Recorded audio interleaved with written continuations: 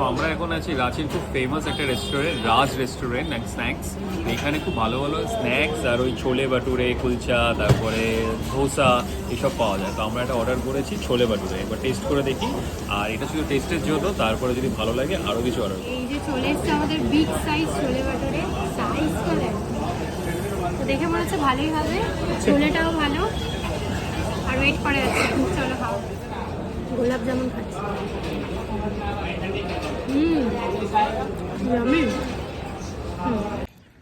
Finally আমরা চলে এসেছি টেগোর হিলে। অনেকগুলো সিঁড়ি আছে, হাইটটা এখন আমাদের দেখতে হবে। ওরে বাপরে, এই চূড়াটা ভিউ পয়েন্টটা আমরা মেবি চলে এসেছি। ইটস রিয়েলি স্ট্রাগল, মানে লিটারালি ঘামছি, এতক্ষণ পুরো ফ্রেশ ছিলাম।